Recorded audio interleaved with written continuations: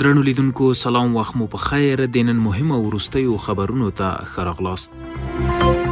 د رئیس الوزرا اقتصادي مرستیال ملا عبدالغني برادر په بلخ کې د یو سوداګریز مارکیټ د کار د پیل پر مهال له سیمې او نړۍ وغوښتل چې د تحریمونو او بې ځایه فشارونو پر ځای د له اسلامي امارات سره اقتصادي اړیکې نرمې او پراخې کړي. هغه ویل هوسا او پیاوړی افغانستان د سیمې د ټیکاو او پرمختګ لامل ګرځي او د کورنیو او بهرنیو پانګونو لپاره مناسب فرصتونه شته.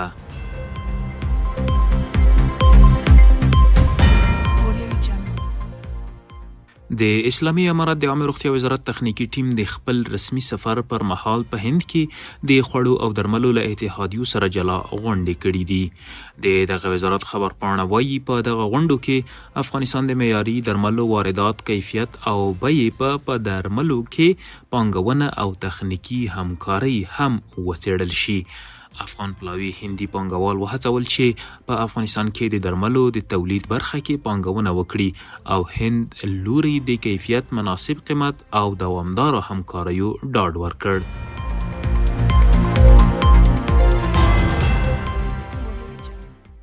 د اوبو او انرژي وزارت په یوه خبرپاڼه کې ویلي د دغه وزارت د انرژي معین په مشرۍ پلاوي د قرغیزستان د انرژي وزارت له مرستیال سره کتلي او خبرې کړي دي.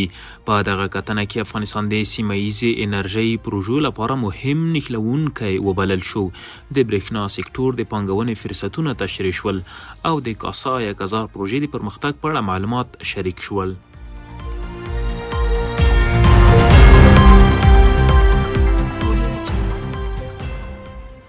د هرات د والي ویان محمد یوسف سعیدي د ایران په پوله کې د څو تنه افغان کډوالو د مړینې پیښه تایید کړې ده.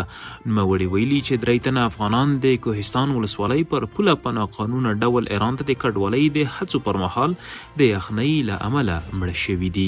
بلخوا د ایران ولسمشر مسعود پزشکیان ویلي چې دغه هیواد به هڅه وکړي څو په سرحدي سیمو کې له افغانستان سره اړیکې او تعاملات پیاوړي کړي او چټکې کړي. نوموړي دغه خبرې له افغانستان سره پر پوله پروت سویلي خراسان ولایت ته د خپل سفر په پای کې وکړي.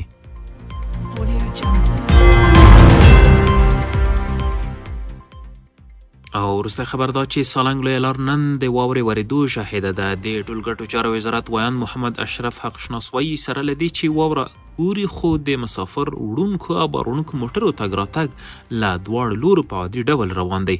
حق شناس ویلي چې د سالنګونو د ساتنې او مراقبت مسؤلینو د دې لارې وضعیت په دوامداره ډول تر کنټرول لاندې لري او له هیوادوالو یې غوښتي چې د دې لویې لارې د کارولو پر مهال له ځان سره ژمني اړوند وسایل او تجهیزات ولري. د نن مهم او وروستي خبرونه مو هم دومره و. تر بیا ښې چارې.